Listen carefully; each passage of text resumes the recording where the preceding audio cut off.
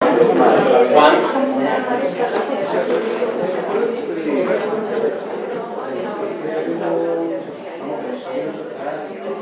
De los diputados y donde está empezando a hacer una labor bastante notable dentro de lo que es la Coalición Compromís, que seguro nos va a hablar esta tarde de todas sus actividades, ¿vale? Y bueno, no quiero extenderme mucho más en la presentación porque ya veréis que por su charla es muy buen comunicador, tiene una memoria extraordinaria, cosas que cuenta que yo no me acuerdo. Y bueno, ya veréis que tiene una gran trayectoria política que se está plasmando ahora en su actividad en el Congreso. Os voy a dejar con él para que hable de todos estos temas que bueno, os hemos listado, más otras cosas más que seguro os va a interesar. Después de la presentación haremos un turno de preguntas que lo coordinará mi compañera Marta. Habrá conexiones desde Estados Unidos y desde otras partes. No sé si se va... Estados Unidos, vamos, Estados Unidos. Hay un compañero nuestro del Círculo de Podemos de Estados Unidos que se va a conectar y va a decir unas palabras en el tema de migración, que Enrique ha seguido bastante de cerca, sobre todo del otro abogado, ¿vale? Y no mucho más. Seguramente terminaremos sobre las 9, si no antes. Nos podemos extender unos minutos y preguntas. Y si no, pues bueno, daremos por concluido el acto a las 9. Creo que ahí detrás hay café, si alguien quiere servirse, ser libres de coger un café, un té o lo que haya, ¿vale? Muchas gracias.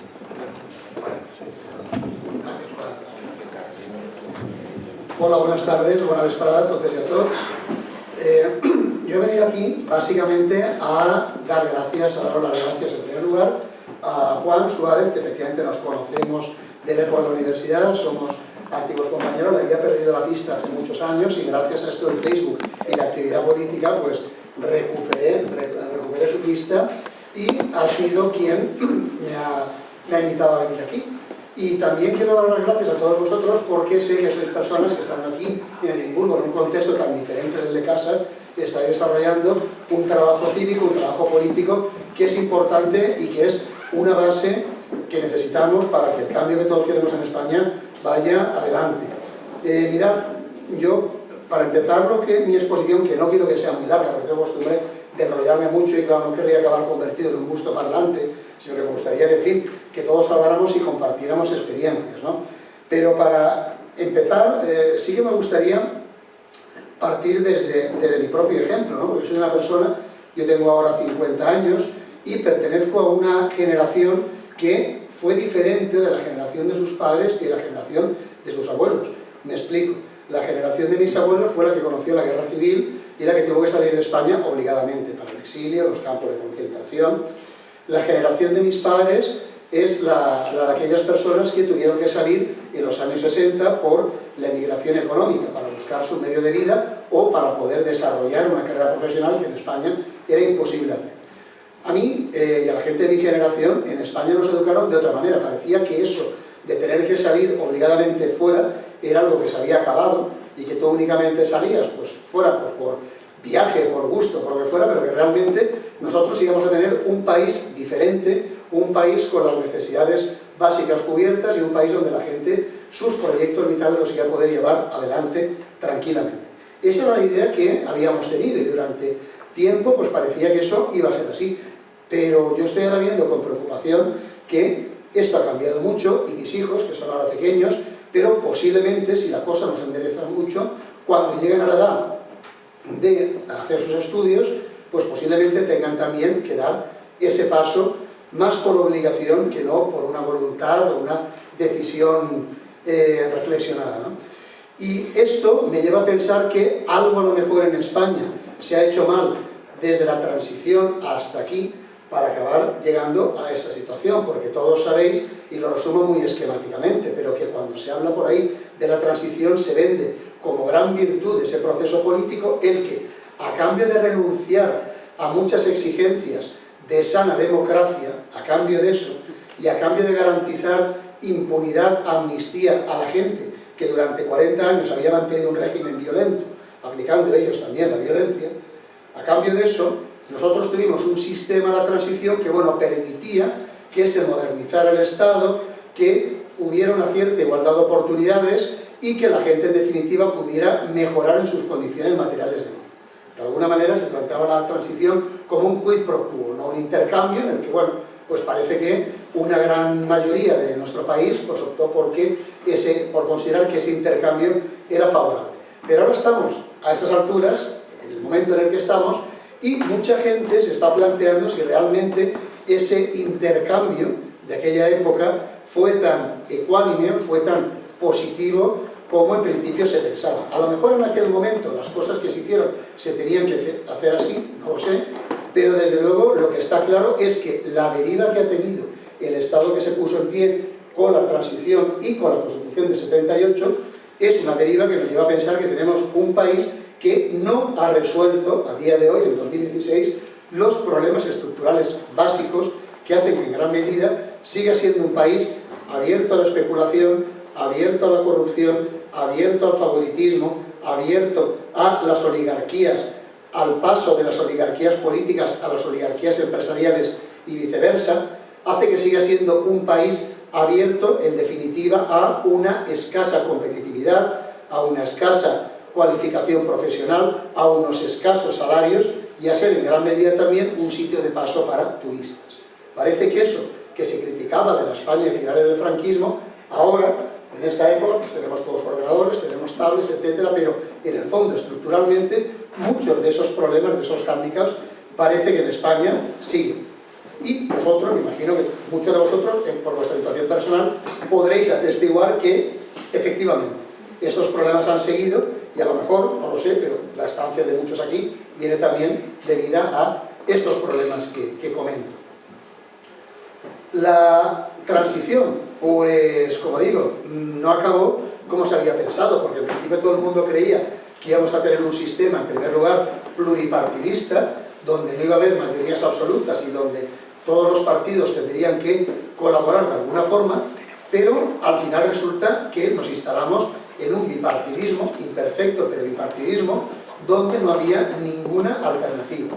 Lo que había era alternancia.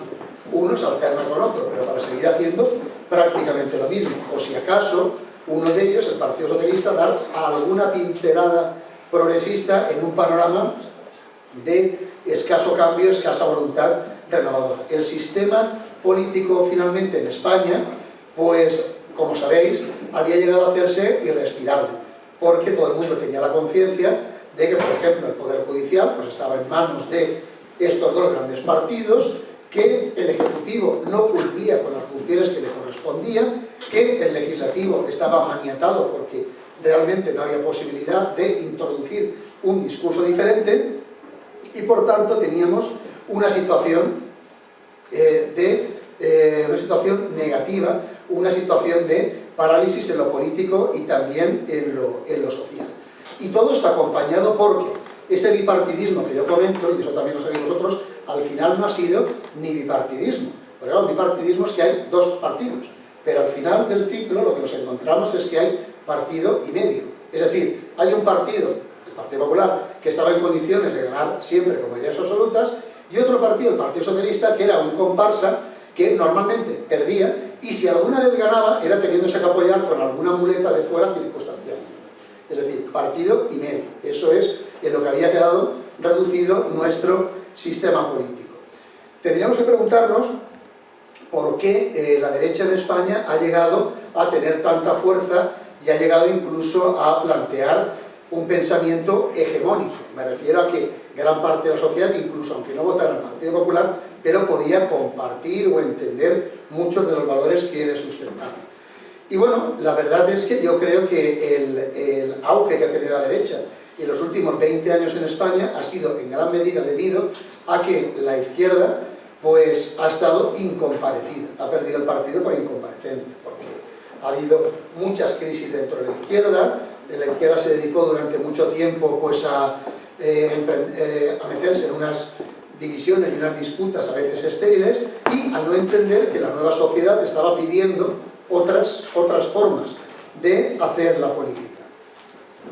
Nosotros, en Compromís, que es la formación a la que yo pertenezco, pues llevamos para estas elecciones generales del 20 de diciembre de 2015, hicimos un proceso de reflexión que nos llevó a establecer una coalición electoral con Podemos.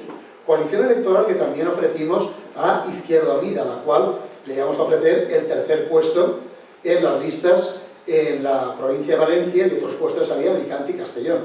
Le hicimos un ofrecimiento generoso a Izquierda Unida, tan generoso que el puesto que tengo en las listas, el número 3 de las listas, era el que habíamos ofrecido a Izquierda Unida, es decir, que podía haber salido un diputado de Izquierda Unida y no estaría aquí hablando como diputado. Hasta ahí llegó el ofrecimiento que se les hizo. Pero, bueno, por los motivos que fueran, no aceptaron y al final hicimos una coalición entre Podemos, Compromís, y esta coalición pues ha tenido un gran éxito electoral, porque en el País Valenciano, de 32 diputados que se eligen en total, hemos obtenido 9, 5 de ellos por la provincia de Valencia, 3 por Alicante y 1 por Castellón, y hemos demostrado que una unión contra este pensamiento hegemónico podía arrastrar muchas voluntades. Y de hecho hemos conseguido en el País Valenciano ser la segunda formación más votada, incluso por delante del Partido Socialista. Ahora bien, esta coalición que hemos hecho entre Compromís y Podemos es una coalición que ha tenido un éxito electoral, pero también hemos de tener presente que a esta coalición se ha llegado desde planteamientos de partida diferentes, que ahora han llegado a una confluencia y que esperemos que en el futuro esta confluencia vaya adelante. Pero es importante tener en cuenta que partíamos de situaciones diferentes. Mirad, Compromís es una coalición formada por varios partidos que vienen del espectro de la izquierda. Está formado por Iniciativa del Pueblo Valencià, que es el partido al que yo pertenezco, que es un partido ecosocialista. Está formado por el Bloc Nacionalista Valencià, que es un partido nacionalista progresista. Está formado por Verds Equo, que es un partido ecologista. El salario mínimo interprofesional hoy en España está en 655 euros. En Reino Unido son, me corregiréis, 1.500, una cosa así. Bien. El salario mínimo español es el más bajo de Europa, sobre todo en comparación con nuestro PIB. Y resulta que lo que se ha fomentado en definitiva desde el punto de vista social es una pérdida de derechos económicos, sindicales y una restricción de las posibilidades de avance de la gente trabajadora.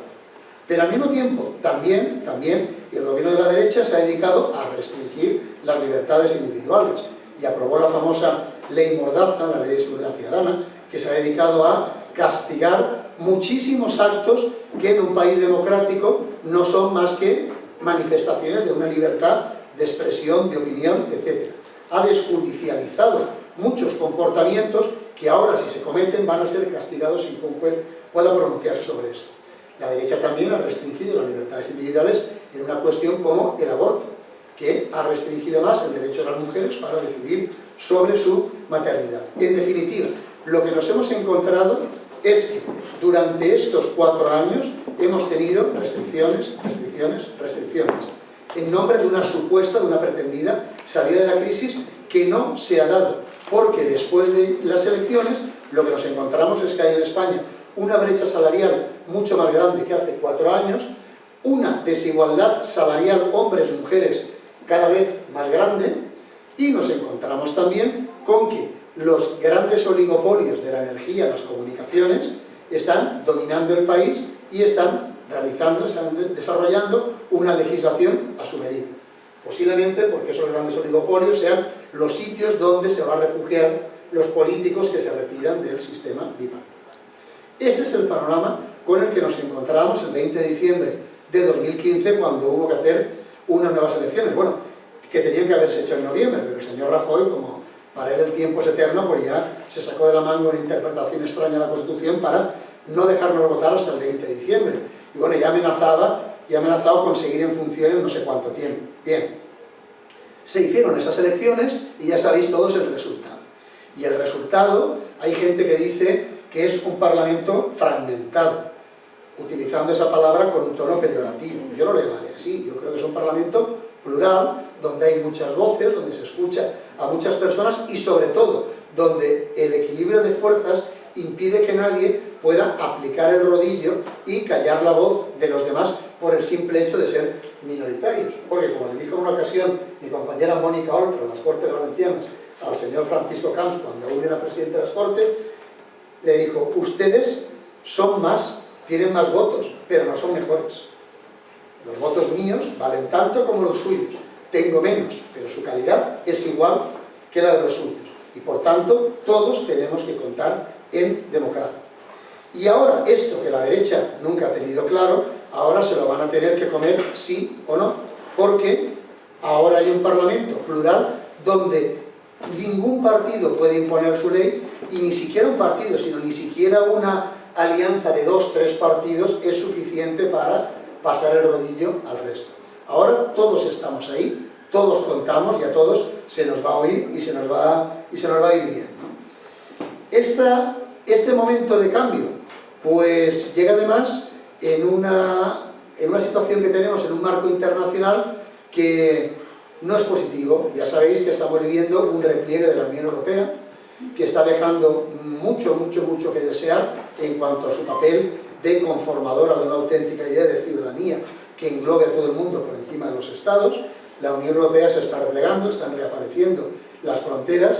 El papel vergonzoso que estamos desempeñando España y el resto de países de la Unión Europea en la crisis de los refugiados que vienen de Oriente Próximo, pues es buena muestra de hasta dónde estamos llegando.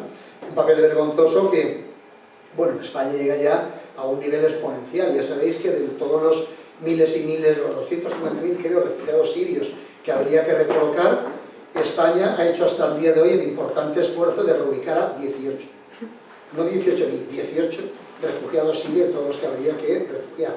Nos hemos encontrado con que el gobierno del señor Rajoy, por ejemplo, ha despreciado el ofrecimiento de la Generalitat Valenciana, que tenía fletado un barco para traer 1.200 refugiados sirios a Valencia y darles acogimiento con medios públicos y privados que se habían obtenido, pero el gobierno del señor Rajoy, pues alegando sus competencias estatales en la materia, al día de hoy aún no ha dado permiso para que esa operación se pueda hacer. Esto lo digo como un ejemplo más de la situación del marco de retracción del interés por Europa que estamos viviendo, y en paralelo a esto por el desinterés que se está viviendo en España y en muchos países de Europa por hacer algo que vaya más allá de una visión miope de los intereses particulares de tu propio territorio y del día a día. También nosotros hemos visto que toda la campaña electoral esta, que culminó las elecciones el 20 de diciembre, pasó sin que ninguno de los partidos importantes para gobernar, o que dicen que son importantes, se preocupara lo más mínimo de hablar de algo que es muy básico en el día de hoy, y es el tránsito a una economía sostenible que evite que allá por el 2050 entremos, por lo menos en Europa, en un colapso ecológico. Esto es algo que no interesó para nada a los grandes partidos, y a pesar de que nosotros llevamos un programa muy trabajado sobre estas cuestiones, pero en la campaña electoral no conseguimos debatir con nadie al que le interesara hablar de estos temas. Esperemos ahora se pueda desarrollar, ¿no? Y este nuevo Parlamento que tenemos ahora tiene también que pensar cómo va a encarar su relación con la Unión Europea. Una Unión Europea en la que además se plantea la necesidad de que haya nuevas organizaciones, nuevas fuerzas que lleven la voz de los ciudadanos desde una perspectiva diferente.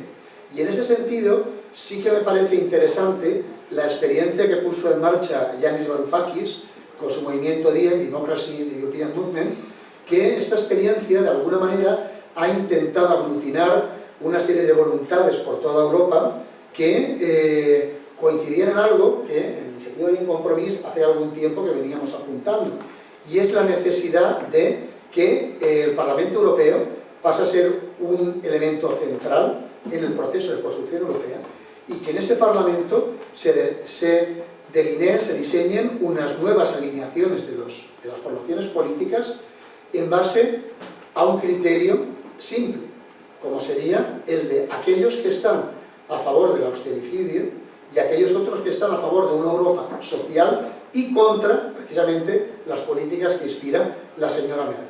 Nosotros entendemos que la división que hay hasta ahora en el Parlamento Europeo entre un grupo socialdemócrata, un grupo de izquierda unitaria, grupos ecologistas, el grupo de los nacionalistas, esas divisorias posiblemente estén superadas y a lo mejor habría que ir hacia la conformación de un nuevo grupo amplio que aglutinase a todos aquellos que tienen una conciencia social y, como digo, quieren luchar contra el austericidio. Y en este sentido, la iniciativa de Varoufakis, que en principio parece que va por ahí, en esta línea, a nosotros nos pareció bien. Participamos en la reunión de presentación que hubo en Berlín en enero y también se organizó Podemos, Izquierda Unida, Compromís, participaron en la presentación del Plan B en Madrid, que fue también a principios de febrero, y con el que lo que se vio era que por lo menos a nivel de España y también de otros países existen ya organizaciones diversas que sí que tienen esa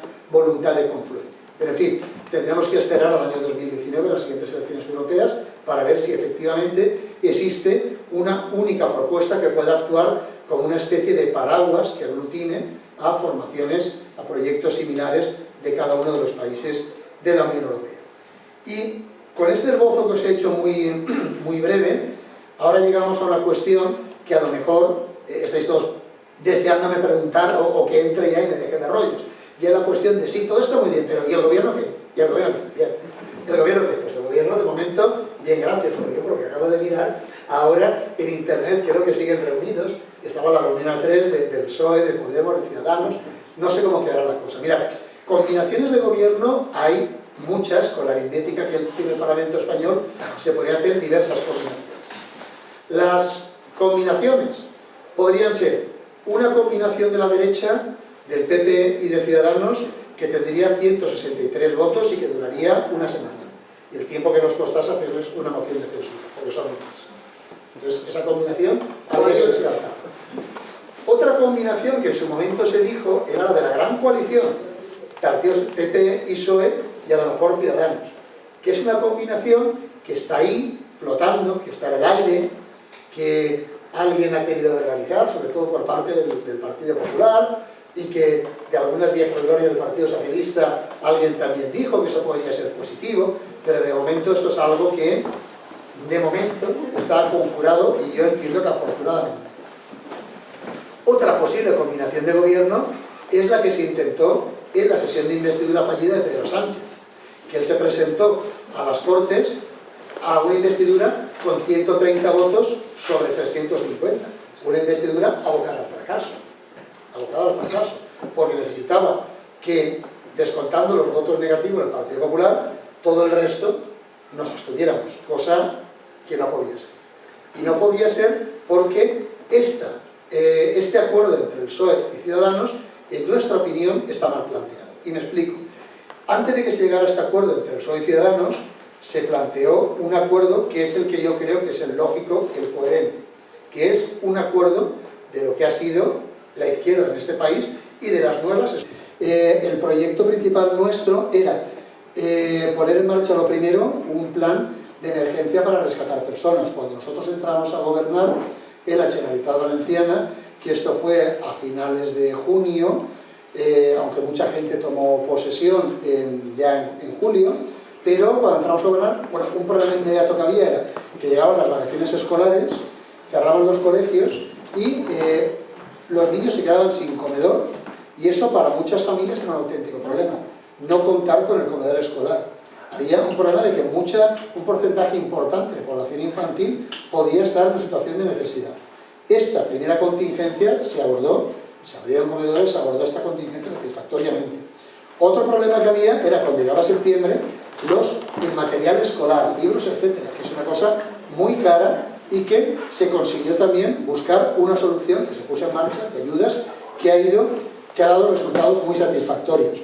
Otro problema que teníamos importante era el de la ruina que se le provoca a los proveedores de la Generalitat por culpa del retraso de los pagos. Hay muchas empresas que se han arruinado porque iban bien hasta que tuvieron como cliente a la Generalitat, que les hizo invertir mucho para darles servicios o bienes que luego pagaban ni se sabe. Nosotros nos encontramos con que como no había dineros y además como la corrupción se había comido muchos recursos, resulta que se estaba pagando tardísimo a los proveedores, a 60, incluso 80 días, y así una empresa no puede funcionar. Con grandes esfuerzos se ha conseguido rebajar los pagos y hemos llegado en algunos momentos a estar únicamente en pagos a 25 días. Está aquí Miriam Fernández, en la primera fila sentada, que es directora general de Fondos Europeos en la Generalitat Valenciana, y como ella es directora general me corregirá si me equivoco o no, pero creo que estas cifras más o menos son correctas, ¿no? Hemos llegado a ponernos en 25 días de pago, que eso para el nivel de la administración española, ya sé que aquí no, pero en fin, para la administración española eso es maravilloso, ¿eh? Pero claro, el problema que tenemos, hemos hecho unas actuaciones para reducir las listas de espera hospitalarias, unas actuaciones también importantes para acabar en el plano de educación, vuelvo a esto, para acabar con los conciertos de muchas líneas escolares que son injustificados. Se estaba pagando dineros a centros escolares que se concertaban sin que hubiera ninguna necesidad. Se han ido reduciendo muchos conciertos por el ahorro que supone esto. Se ha ido, por otra parte, invirtiendo en mejorar la calidad de los centros escolares. Sabéis que teníamos un récord en el País Valenciano de niños en barracones, y eso era algo inadmisible. Hemos ido consiguiendo muchas cosas que, por un lado, tenemos la manifestación de que esto va bien en cuanto que actualmente en el País Valenciano se está creando empleo en mayor medida que en el resto del Estado, que, como digo, los calendarios de pagos a proveedores son más cortos y que parece ser que el movimiento de la actividad exportadora, sobre todo la manufacturera, es más destacado en el País Valenciano que en el resto del Estado. Esto es el balance que después de 8 o 9 meses de gobierno nuestro se está viendo. El problema que tenemos es que el Estado no está colaborando nada, está poniendo todas las trabas que puede, está intentando cobrarnos dineros por todas partes, que si pidiéndonos intereses por los cobros del Fondo de Liquidez Autonómica, que si apretándonos el cinturón, que si obligándonos a pagar multas que nos pone la Unión Europea por culpa de incumplimientos que cometieron sus compañeros del Partido Popular y que ahora tenemos que pagar nosotros. Y nos encontramos también, vuelvo a la corrupción, con que cada día que se abre un cajón te arriesgas a encontrarte con un montón de facturas ocultadas por el anterior gobierno del Partido Popular que afloran, a veces por importe de muchos millones y que, por desgracia, hay que pagar. Y eso es una cifra más que se suma al debe que tenemos y que hay que ir cubriendo y que día tras día va rompiendo las previsiones de recuperación que vamos haciendo. Porque la corrupción no solo es mala porque éticamente sea reprobable, es que la corrupción mata, porque la corrupción se chupa recursos que son importantes para otras cosas. Y claro, cuando tenemos que, para atender a corruptos, se han estado construyendo colegios prefabricados pagando 3 veces más de lo que eso valdría en el mercado, o cuando se ha ido colocando alrededor de la administración toda una segunda piel de empresas privadas concertadas con la administración que iban cobrando una barbaridad de dinero por hacer lo mismo que podían hacer funcionarios y se iban llevando todos los recursos. Cuando nos encontramos con eso, evidentemente desmontar esto cuesta. Pero a pesar de esto, yo creo que el resultado, el balance, es positivo. Hemos conseguido, y eso también es muy importante, pagar puntualmente las ayudas a la dependencia, porque era una vergüenza que en un territorio como el nuestro hubiera muchas personas dependientes severos que se morían antes de que se le llegara a reconocer su derecho a cobrar un dinero. Era una vergüenza que se llamara a muchas personas y sus hijos, sus nietos tenían que decir muchas gracias, pero es que mi padre y mi abuelo ya se han muerto y muchas gracias por su ayuda. Esto era una vergüenza y eso estaba pasando. Y ahora hemos conseguido ponernos al día con la ayuda a la dependencia. No solo hemos subido las cantidades que se pagan, sino sobre todo lo más importante, las estamos pagando puntualmente, con gran sacrificio, porque eso supone que en otros aspectos no podemos avanzar lo rápido que quisiéramos, pero lo estamos haciendo. Y también destacaría que el clima político en el País Valenciano es bueno. Es bueno. Es bueno entre los socios de gobierno, PSOE y Compromís, es bueno con el socio externo, Podemos, y es bueno porque incluso los partidos que ahora están en la oposición, Ciudadanos, Partido Popular, yo creo que han entendido que ahora la atmósfera política ha cambiado. Antes era irrespirable, porque teníamos un gobierno que además gobernaba agresivamente, atacando a la oposición, yendo siempre, digamos, en una especie de ofensiva mediática continua, y ahora tenemos un clima político en el que se respira, en el que todo el mundo participa y donde realmente la gente ya ha visto que las instituciones pueden servir para solucionar sus problemas. Pero aún queda evidentemente mucho camino por recorrer. Pero en fin, el pacto yo creo que, del Botani, creo que goza de buena salud. Y sí, está grabado. Sí, solo era. Solo era esta de parte de Yolanda y una compañera suya también de Zurich, que se llama Eva. Es verdad que es un tema que ya ha salido en la conversación. Ella es científica, entonces pregunta sobre los planes y políticas específicas de retorno, sobre todo enfocado al I+D, que creo que es algo que se ha planteado bastante bien antes. Ella preguntaba si hacía falta un plan nacional para recuperar científicos emigrados y evitar la fuga de cerebros. No sé si quieres añadir algo más a lo que ya se ha dicho. Sí, efectivamente lo hemos comentado, pero en fin, sí que me gustaría añadir que para nosotros sí que debería haber instrumentos de carácter estatal con participación también de las comunidades autónomas que primero supieran cuál es el volumen real de la comunidad científica e investigadora que está en el extranjero. Porque esto yo dudo mucho que a día de hoy se sepa. Esto es algo desconocido, se tiene información fragmentaria, incompleta. Primero habría que elaborar un mapa de toda esa comunidad que está dispersa por el mundo.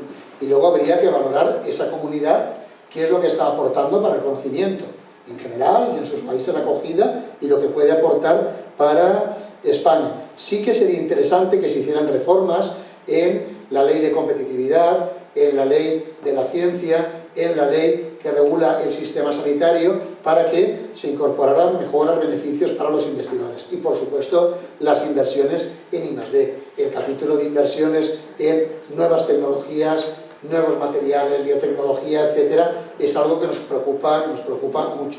Y por ahí, ahora veréis, a partir de la vuelta del verano, cuando empiece ya su trabajo la Comisión de Presupuestos, ya a partir de ese momento de septiembre, ya se podrá hablar de las prioridades que van por esta línea que vamos a ir colocando en las partidas presupuestarias. Vale, y la otra pregunta es una pregunta del Círculo de Manchester, no viene firmada, es una pregunta plural, de hecho, me explico con lo de plural, les he preguntado precisamente si querían transmitirte algo y había una discusión para ponerse de acuerdo en lo que te querían preguntar, así que es una pregunta de consenso. Compas de Manchester, si la digo mal, perdonadme, me podéis expulsar del Círculo de Manchester. Y viene al hilo de las negociaciones que se están dando, según su punto de vista, bueno, plantean la idea de que al fin y al cabo, aunque Podemos y Compromís no somos exactamente lo mismo, pero sí que somos buenos socios, sí que representamos de alguna forma la nueva política y si la forma en la que se están tratando de hacer los pactos y las negociaciones para alcanzar gobierno no debería ser de alguna forma más abierta y más participada por parte tanto de las bases como de la ciudadanía. Sí, el problema, yo lo veo que por parte nuestra hay una voluntad de llegar a un pacto de gobierno. El problema es los otros socios necesarios, qué es lo que quieren hacer. El problema no está tanto en la legitimidad que nosotros podamos tener para negociar, porque está claro que, evidentemente, cualquier posibilidad de acuerdo que haya debería contar con el consentimiento de la gente que nos apoya. Pero el problema yo creo que ahora no va por ahí, el problema va porque la gente con la que deberíamos pactar, el Partido Socialista, pues tiene una postura que no se ha definido. Pero la previa es esto, que haya por parte del PSOE una voluntad de entenderse con todos nosotros. Vale, Jaime, que me pasas un par de preguntas del streaming que podamos hacer. Si las hago directamente mejor porque... Bien, ¿vale? Tú mismo. A ver, tengo la pregunta de una compañera que está interesada por la conciliación laboral. Que dice ahora mismo que son 6 meses de baja. Sí. Y que según la OMS es el mínimo que se le puede dar. Y esto, bueno, esto en el contexto de España, que tiene 1,3 de tasa de fecundidad, que es la más baja de Europa y del mundo casi, pues parece que hay que hacer algo para ayudar a las personas que van a tener hijos, que no impedirlo. Sí, efectivamente, para nosotros nos resulta un contrasentido que en España, habiendo una natalidad tan baja, las políticas para favorecer la conciliación sean tan pobres como han sido hasta ahora.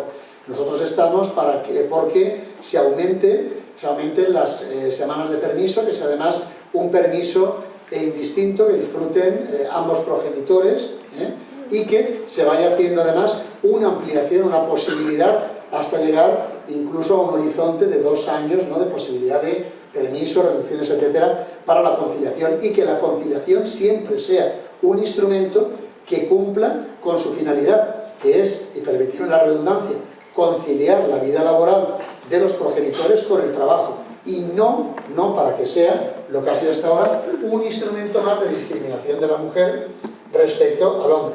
Porque esto lleva a otro problema importante, y es que después de 4 años de gobierno del Partido Popular, lo que podemos decir es que la disparidad salarial hombres-mujeres es incluso más grande. Y esto es debido en gran medida a la falta de posibilidades de conciliar realmente.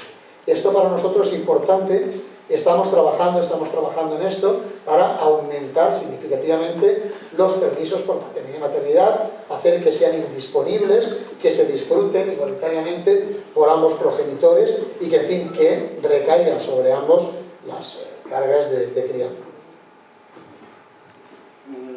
A ver, le traslado otra pregunta tal como me la han hecho, pero no la entiendo muy bien, a ver si la entiende usted, pero bueno.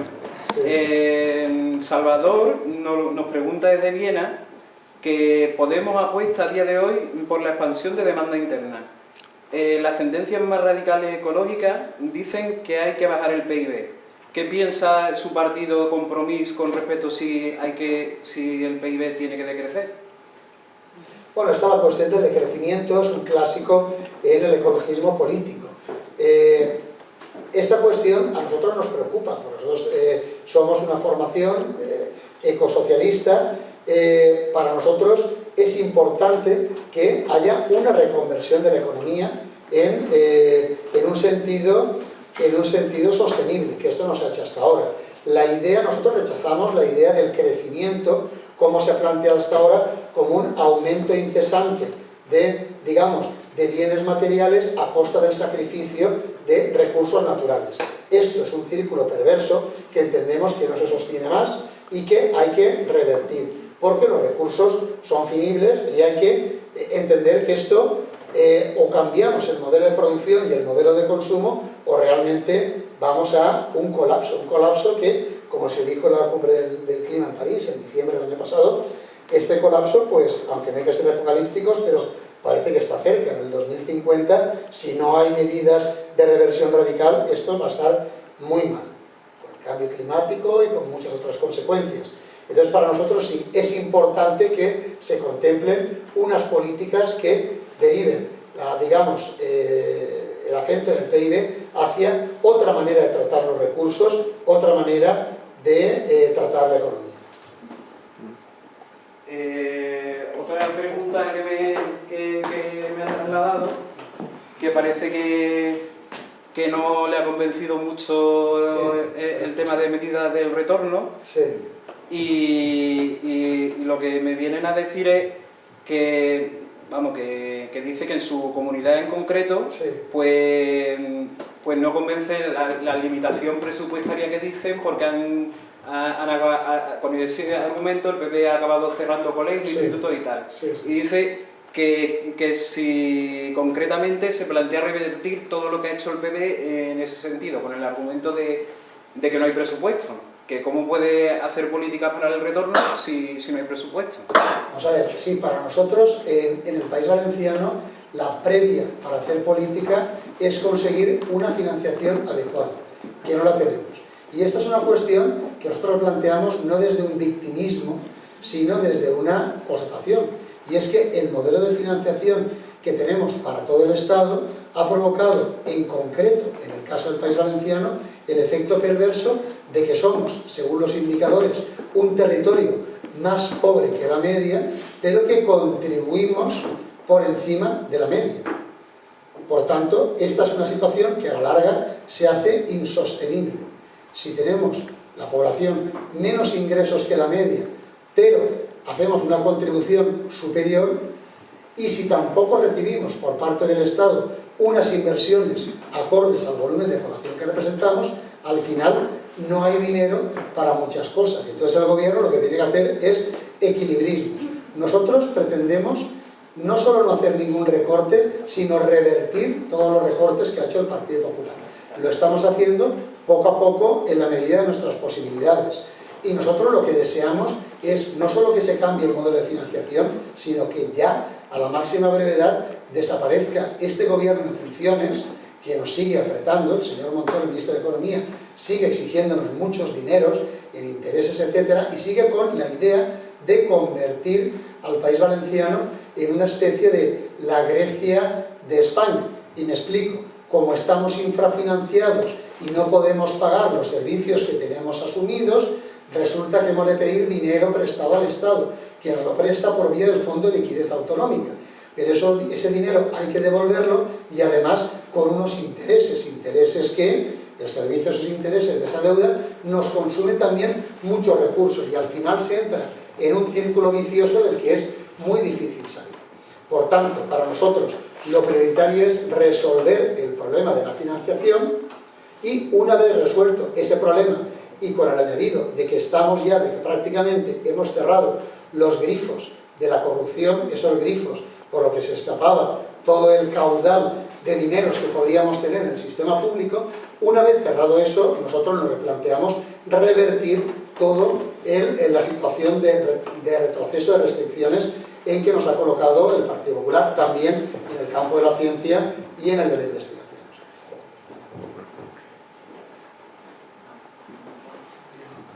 Muchas gracias. Vamos un poquito justo de tiempos, así que vamos a pasar a la ronda de preguntas del público ya. Si alguien quiere hacer alguna pregunta, le pasamos el micrófono.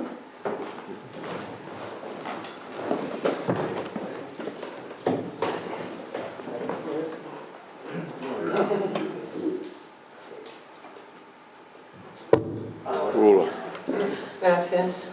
Bueno, esto iba a ser un coloquio y aún tenemos la posibilidad de hablar ahora. Yo tengo una pregunta para usted, pero también para el resto de las compañeras y compañeros que quizás tengan más información sobre esto que yo. Hace años, al dejar de cotizar durante 2 años en España, perdías la posibilidad de ir al médico. A mí me pasó cuando era becaria, fui becaria durante 3 años, un día me puse enferma, llamé para pedir cita y me dijeron, mira que tienes que o ponerte en la cartilla de tu madre o hacerte un carnet de indigente, me acuerdo que me dijeron. Ahora, claro, al haber emigrado, pues me preocupa esta situación, porque ya llevo 4 años casi, y no sé qué va a pasar conmigo cuando vuelva a casa, que me pongo enferma o lo que sea. Me preocupa saber cuál es la situación, si alguien tiene algún tipo de información sobre esto. ¿Qué es lo que pasa cuando volvemos a casa después de dejar de cotizar durante 2 años? ¿Qué es lo que pasa? ¿Alguno lo ha experimentado? Yo.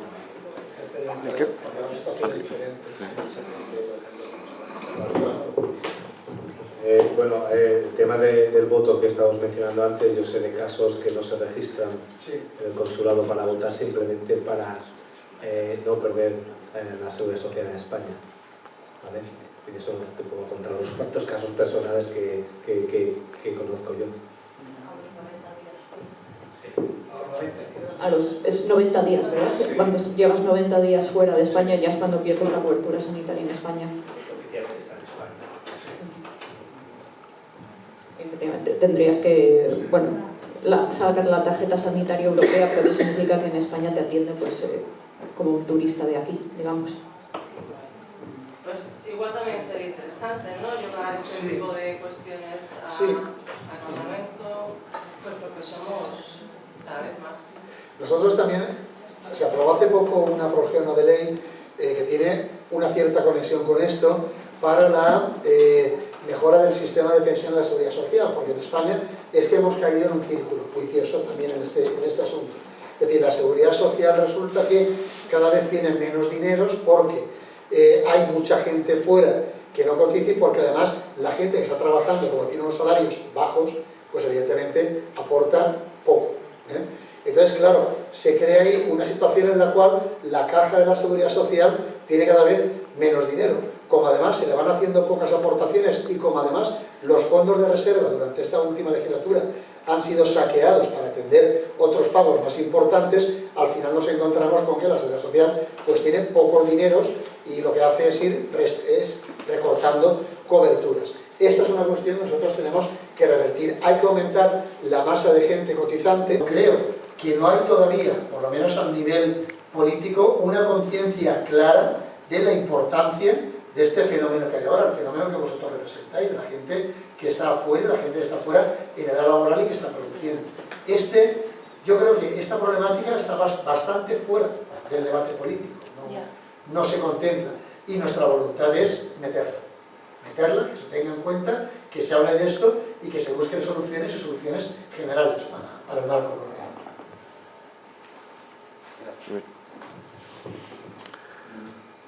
¿Más preguntas? Yo quería hacer una, si a lo mejor le damos tiempo a alguien más que se lo piense.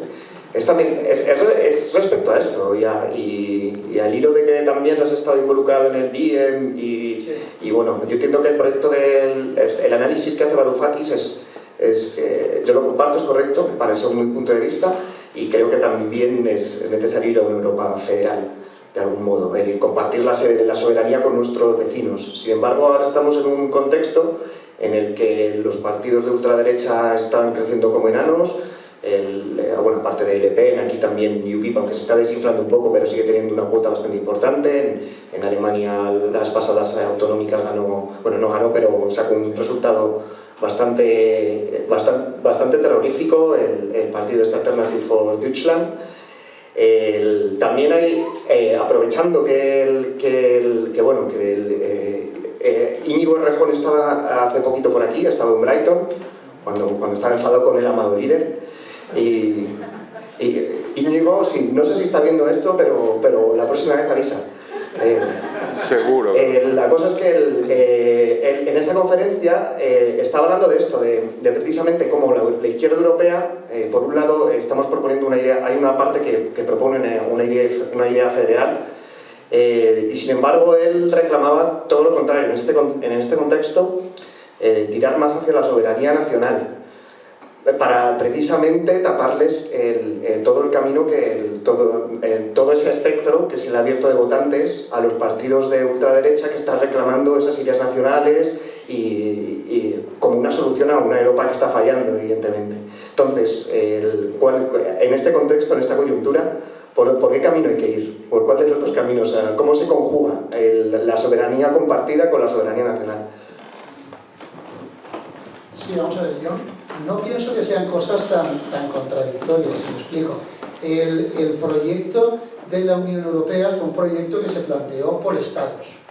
Y en determinado momento ese proyecto empezó a ir bien, y entonces se pensó que podía, por encima de los estados, crearse una dimensión federal que fuera asumiendo unas competencias compartidas y en la que no se mirase la nacionalidad de las personas, sino únicamente el hecho de ser personas integrantes de ese espacio.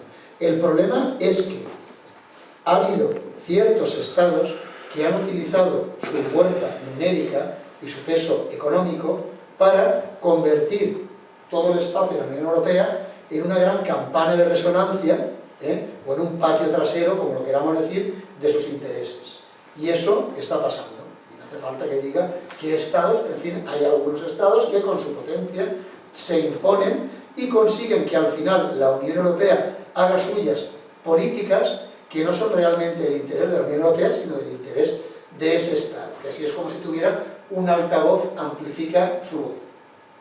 Y lo que consigue es que esos planteamientos, por ejemplo en el caso del austericidio, al final acaben padeciéndolo el resto de países, quieran o no quieran, que es lo que ha pasado con Grecia. Por tanto, sí que habría que poner mecanismos en la Unión Europea que asegurasen que una cosa es el nivel de los estados y en otra cosa, en ese nivel federal, hay una serie de derechos de las personas que hay que respetar y que ningún estado, por grande que sea y por potente económicamente, va a poder marcar las reglas del juego. Yo estoy pensando, por ejemplo, en la necesidad de configurar un Parlamento Europeo que verdaderamente sea un poder legislativo, y estoy pensando en un Banco Central Europeo que verdaderamente tenga unas competencias propias, y estoy pensando en un comité de las regiones europeas que verdaderamente sea transnacional y pueda atender a armonizar intereses de regiones vecinas, de estados diferentes, que pueden ser coincidentes.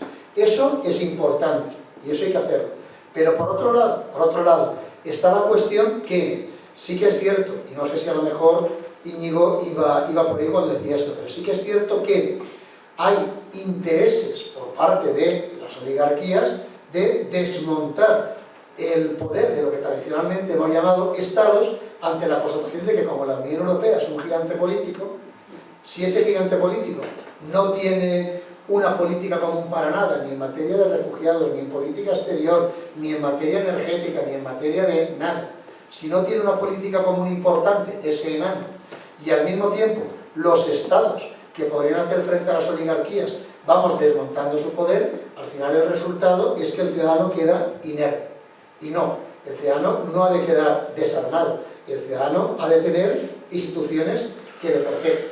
Entonces, sí que es cierto que mientras no exista a lo mejor un espacio federal que sea verdaderamente fuerte, verdaderamente integrado, verdaderamente garante de los derechos de todas las personas, mientras eso no exista, evidentemente lo que debemos hacer es decir que en cada estado el poder político sí que tiene la capacidad para, si quiere, y es voluntad de la gente, cambiar las cosas. ¿Qué es lo que le pasó a Grecia? Que a Grecia, a fin de cuentas, un estado grande que tiene la Unión Europea como caja de resonancia, le dice al estado pequeño, que él, por ser pequeño, no tiene soberanía, no pinta nada, no decide, y que por tanto tiene que aceptar lo que le dice el estado grande, pero que no se lo dice directamente, sino por intermedio de algo supuestamente superior, pero que no lo es más que una campana de amplificación. Eso no son reglas del juego serias. Aquí o jugamos todos o esto no puede funcionar. Hay que entender que mientras la integración europea no sea una realidad con instituciones verdaderamente representativas y que verdaderamente estén defendiendo los intereses de los ciudadanos, el ciudadano sí que ha de tener algún mecanismo de defensa y sí que hay que dejar que la política se pueda expresar en los parlamentos nacionales y pueda tener alguna repercusión para cambiar las cosas. Yo creo que no más situaciones como las de Grecia deberíamos ver. Muy bien, ¿las preguntas? ¿Alguien se ha animado? Antonio. Tranquilo, bueno. Hola, buenas noches, Enrique, gracias por venir. Aprovecho esta ocasión para transmitirle directamente la pregunta, una cuestión que quería siempre hacer. Es una pregunta un poco más dirigida a usted personalmente, aunque se trata de una cuestión relacionada con la situación política actual a nivel nacional, ¿no? Todos conocemos el PSOE, la historia del PSOE, todo lo que conlleva, los personajes, la vieja guardia, etc.